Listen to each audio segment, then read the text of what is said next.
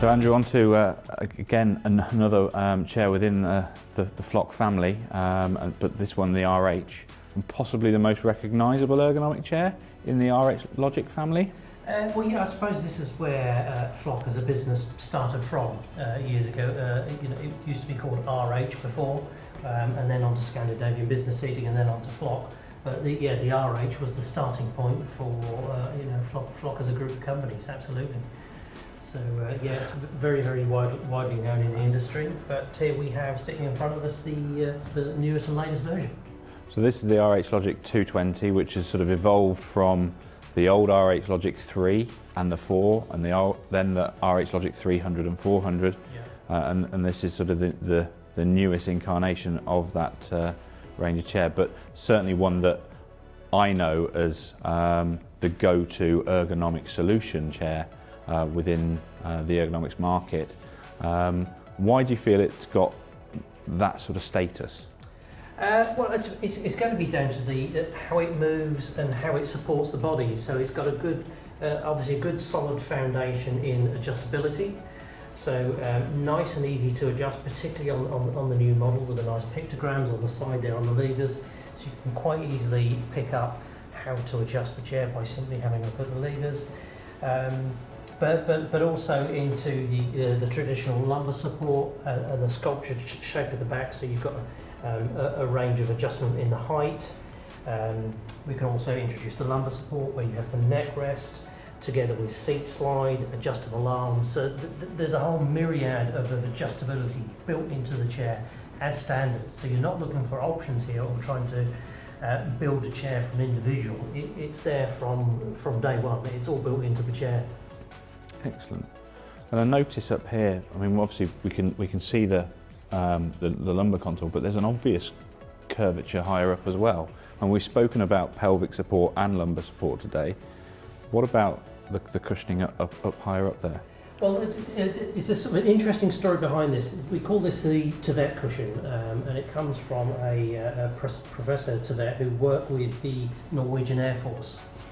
And this actually helps with between the shoulder blades, so the thoracic region, the spine, and it opens up the chest cavity and the shoulders to increase oxygen levels into the lungs. So the whole idea behind this is when they were testing it with the Norwegian Air Force, they got extended flight time out of their jet fighter pilots simply because of the support and how it opened up the chest cavity, allowed more oxygenated blood in through the system, so it kept their fighter pilots alert with a longer flight time available. So that's been introduced into the office chair, and you can see from a side profile how pronounced that is.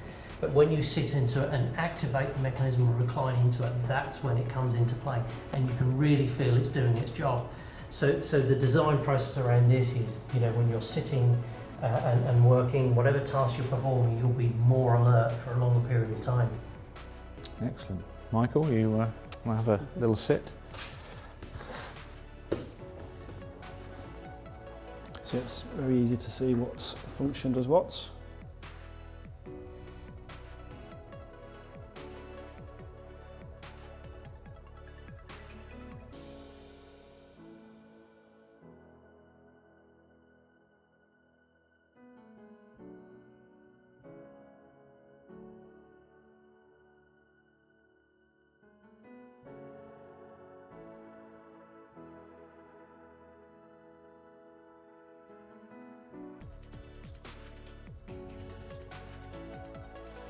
And so by adjusting that tension there, it's holding Michael's body weight accordingly. Absolutely. So what you're trying to do is get a nice neutral counterbalance in the chair. So if we're going to ask you if you can just lift your feet off the floor, you can actually see. Please, keep it there. Please, yeah, keep the chair open so you can actually see what the chair's doing. So in an unlock mode, so you're nicely balanced there. The chair is unlocked, yeah. Mm-hmm.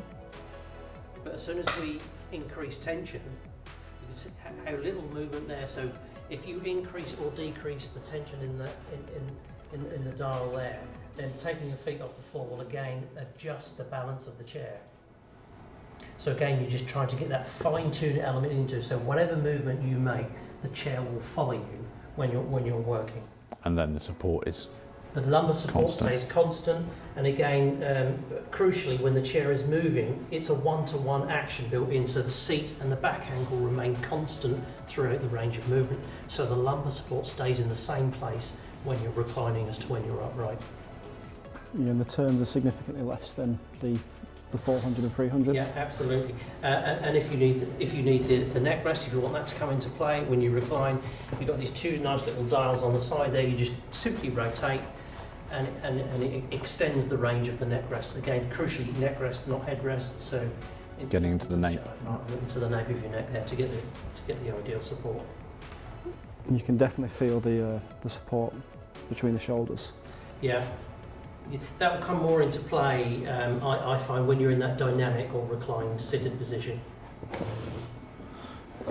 Yeah, nice and simple.